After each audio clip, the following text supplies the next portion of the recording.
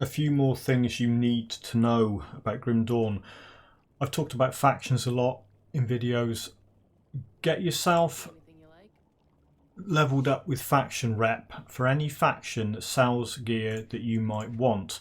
For example, this character does elemental damage and level 65. The best gear I can find that does elemental damage and buffs my main skill, which is Panetti's replicating missile, is the stuff that the Coven sells.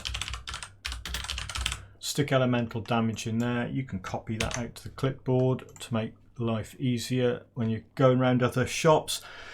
Have a look at that. Coven Arcane Mantle buffs elemental damage. It is particularly good at buffing elemental damage. It buffs elemental and it buffs the damage over time elements of it even more. Gives you a load of health, a load of offensive ability and some decent resistances, because if your primary damage type is elemental damage and you've been putting points into devotions that support elemental damage, chances are your elemental resistance is quite high. Mine's pretty high. This is in elite, and these things are all sort of overcapped. Fire's pretty good without me really trying. So yeah, faction gear, because you might look at faction gear and just think, oh, that's just cosmetic stuff. It's not as good as the legendary sets I'm going to find. It's not as good as other stuff I'm going to get. And sometimes you might be right. Other times you might be massively wrong. Look at that chest armor. Buffs elemental damage, buffs the damage over time stuff, gives me a bunch of health, gives me a bunch of offensive ability, gives me energy regen. And look at those two resistances, Ether and Chaos. So the chest armor's got Ether and Chaos on it, the shoulders have got Vitality and Bleeding. Those are 4 resistances that I would be struggling to get points into without specifically going after gear or trying to get a good roll on monster infrequent stuff. That's also got +2 to Panetti's replicating missile on it. So by level 60, well, this was the same at 65, I've got Panetti's is maxed out, and that isn't over the hard cap. I've gone and checked. It was over the hard cap by 1 point. I took that point out. It was a 27 out of 16, but I took that point out. You can go to the right. Okay, so the next thing, I've mentioned this before, but I'll mention it again. If you've got a skill that has hit the hard cap, it might have gone over. To find out whether it's gone over, go to the Spirit Guide. This is the one in Coven. The one in Devil's Crossing is in the top right corner of the prison area. I'll show you in a sec where it should be. So if you go on here, if you click on that to take a point out and it goes down to 25, you know that you're not overcapped. If you click on that and that doesn't go down, keep doing it until it does go down and count how many, and then take the points out that have overcapped it and put them somewhere else, because that could happen to you. And if you can take as many out as you want, and you're spending your bits and you're spending whatever, but when you do undo, you get it back. See? So you can mess about in here to find out if you've actually gone over your hard cap. Safe journey. Yeah, safe journey. So faction stuff, do not ignore the factions. And when you have got a character that has got revered with a faction and unlock that last tab, you'll see this thing mandate. That is for other characters. So what I did, I had this is the same save slot where I got my one-shot thing and the retaliation build. One of them, I think, is the one-shot guy. He was already revered with Coven and a couple of, most of the other factions. So I came in here and bought that. It's 12,000 something or other. So it's not, it's not crazy money. So you buy one of them, you go and stick it in shared stash. There's one. There's a Black Legion one. I think I bought 2 of them for some reason. I've already got the Black Legion sorted out. You stick it in shared stash, take it out, and then consume it. I can't. This faction's already had a faction mandate applied, so yeah, so you can't stack them. You can only get your 150% buff. But so there's the Coven, and there's the thing showing me I'm getting bonus rep 150%. I'm already honoured with them.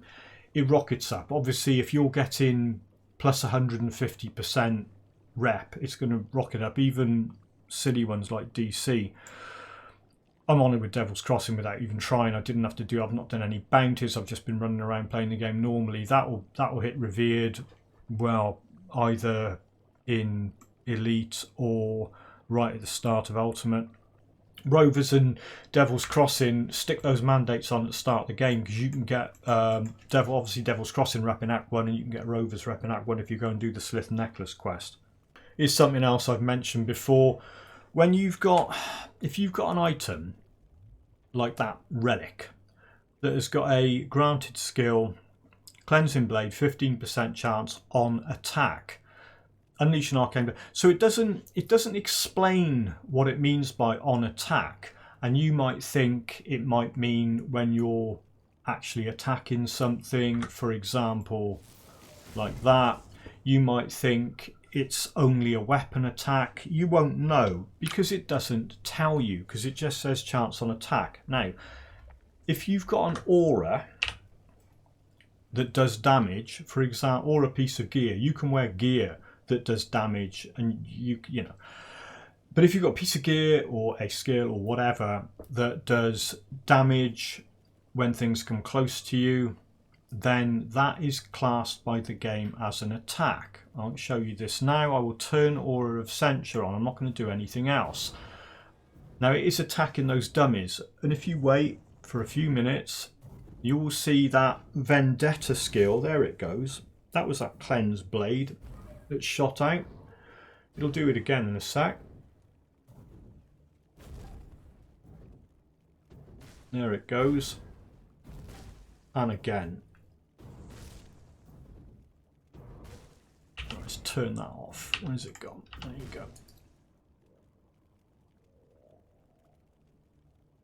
Fantastic. So yeah, so if you've got a piece of gear or a relic or whatever that has something with a chance on attack, a weapon attack, a skill attack, I'll show you that again. So if I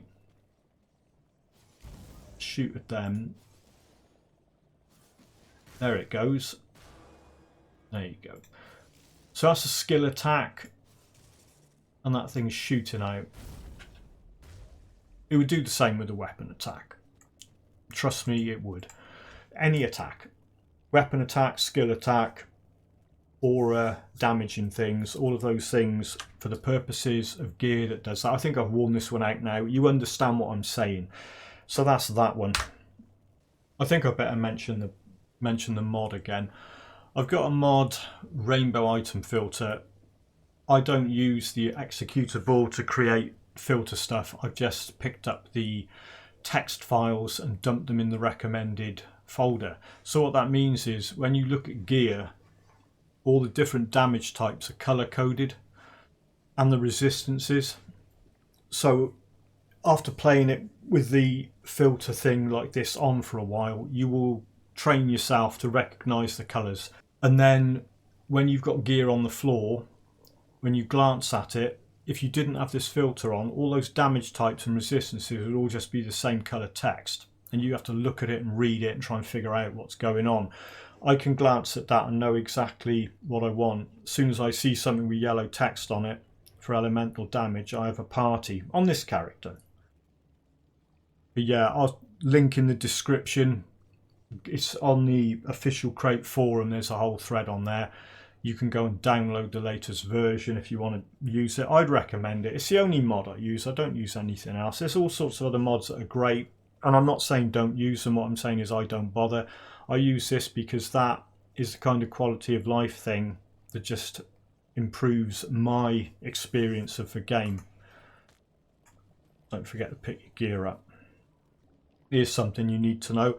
If you've been messing about with a build and putting points into all sorts of devotion constellations that you think you need, and then you get to a point while you're developing the character and you think, oh, I wish I hadn't done that. I want to change some skills around. I want to do this, that and the other. And then you go over to the spirit guide thinking, oh, I'll just go and undo all these devotion points. Let me clear your mind of And then you notice that as well as an iron bit cost, there's an ether crystal cost. So if you try and undo something, click to reclaim devotion point, 25 iron bits, totally inconsequential, don't worry about that. 1 ether crystal can be a pain in the neck, particularly if you're going to do a lot of this. If you're going to go, oh, I'm going to undo like all of this and start again, My recommendation, use the Potion of Clarity. Even if you haven't allocated all your points, well, I mean, if you've only allocated half a dozen, don't. But if you've allocated 30 or 40 odd points, I've got 15 of them. That's on a save slot with 3 characters. I've got a level 100 one-shot one. I've got the retaliation guy. I've got this one. I think she's picked up a couple of these things. If you've got a load of them, I mean, don't go crazy. Don't think every time you're going to undo a point, blow one of those potions. But you'll get a few of them when you're playing through the game with the DLC through the normal campaign. You will just get them as quest rewards. They kind of drip feed them to you. You'll get some of those things as well to reset your attributes. You get fewer of them. Don't worry too much about that. That's an XP pot. I've just bought a few of them on one of the higher characters because I've been using XP pots while I've been leveling this thing. So I want to get it leveled up quick.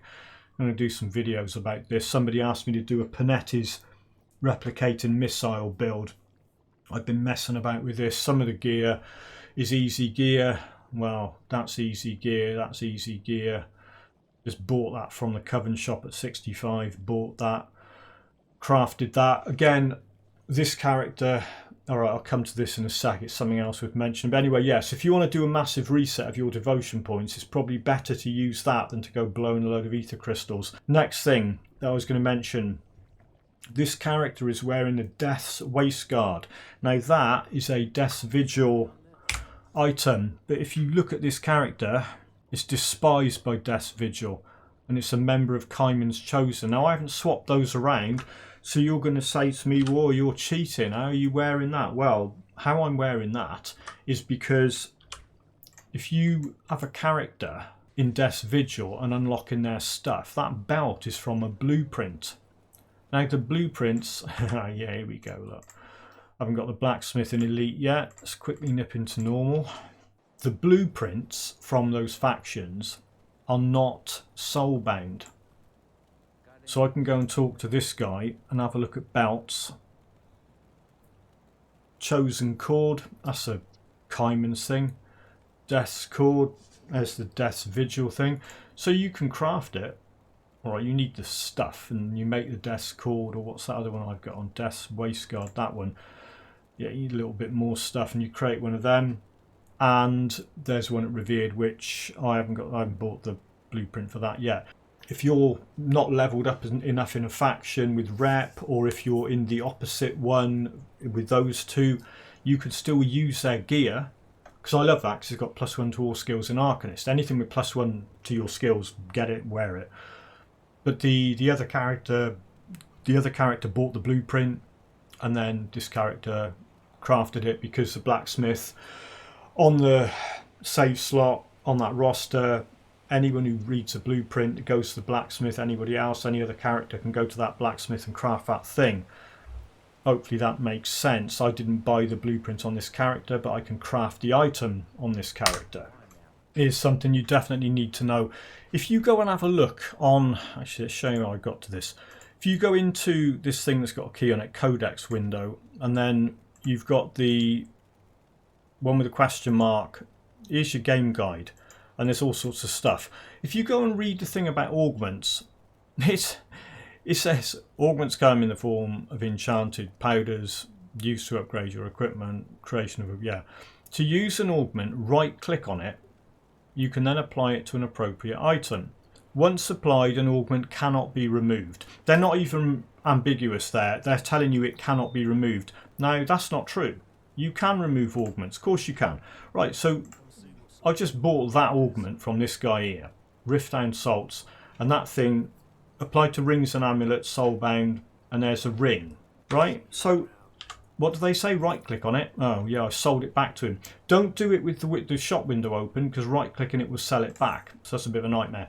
So let's get away from him. Right, so if I right click on that and apply it to that ring, that is now soulbound. So if you did that and you thought, oh no, that's it for me now, I can't put that into shared stash, another character can't use it, I'm screwed, okay? No, you go in here and you go and talk to the inventor, Kasparov's assistant, or one of the other ones that scatter around in the game world. Stick that in there. Look at that, remove augment. Removing the augment will destroy it. Yeah, I don't care. I've removed the augment, okay? So don't trust everything you read in the game guide. Once applied, an augment cannot be removed. Yeah, they never bothered updating that. I don't know why. It's just another thing that is confusing for new players because they read that and they think that's true. It's not true. You can remove it. Do you want to see how I did it again? I put the item in there. Well, I can't because there's nothing on it to do. Where's one with the thing on it? There you go. Right. If that had an augment on it, which it hasn't, I could remove the augment. It's got a corpse dust on it. Keep add-on. That will keep the corpse dust and destroy the necklace. Keep item. That will remove the corpse dust and destroy it and will keep the item. There you go, like that. You can remove components and you can independently remove augments. Game guide doesn't tell you that, but you're glad I did. I'm going to get this bullet hell mage hunter sorted out. I'll tell you what I want to get before I do a video. This is like a quick epilogue to the whole thing. There's some great rings called Ruby of Elemental Balance and Sapphire of Elemental Balance. They've got normal versions which are level 72 and they've got mythical versions. I don't think I'm lucky with those blueprints dropping. I think those blueprints drop quite frequently, and the good thing about this is if you've only got, say you've only got the blueprint for the ruby and you haven't got the blueprint for the sapphire, you can create that and then you can go and transmute it into the other one. Right, so what I'll do, I'll create 2 rubies and then I'll transmute one of them into a sapphire. So say you only had the blueprint for the ruby or the sapphire, it doesn't matter. For example, say I've only got the blueprint for the ruby. Only 2 focusing prisms. I've got 1. No, I've got 2. What was the other thing it needed? Flint core bolts. Oh, my memory is so bad. Right, flint core bolts. I think that's a default thing that you can just craft. So, okay. So I can now create 2 of them. So if I only had the blueprint for that and I create 2 of them. There you go. Right, so there they are. So what I do is nip down to the inventor. Now, you need the DLC, you need to have done a quest in Forgotten Gods area to unlock transmuting. I've got a video about this, I'll link it in the description. And it gives you that option there, transmute. And you do not want that, transmute a set piece into part of another random set. No, you want that one there, transmute a set piece into another part of the same set. So if it's rings and there's only 2 of them, well, it's just going to transmute. So what you do, have a look at that. And have a look and see what you want to do is transmute the one that's not as good. Alright, so let's say that one's the best one. I mean, it's debatable, but stick that one in there. You need an Eldritch Essence, you need 3 Ether Crystals, and you need a Polished Emerald and 120,000. It's quite an expensive thing to do. But if you didn't have the blueprint, you will get that thing. There you go. I've now got both of them from 1 blueprint. And you can do that with all other sets. Obviously, if you've got a 5-piece set, it's a little bit more. It's going to be expensive to do that because you will not, you might get duplicates coming up before you get the full set. But to get the full set of a 2-item set, you only need 1 blueprint. Right, I am now going to go and put those in stash so I don't sell them or lose them or do something stupid with them. There's a bunch of other stuff I've been keeping. Right, let's try doing an outro again. Hope you enjoyed that video. Hope some of that was useful. Let me know in the comments if there's any weird stuff about the game you don't understand. I'll try and answer questions. Have a great day.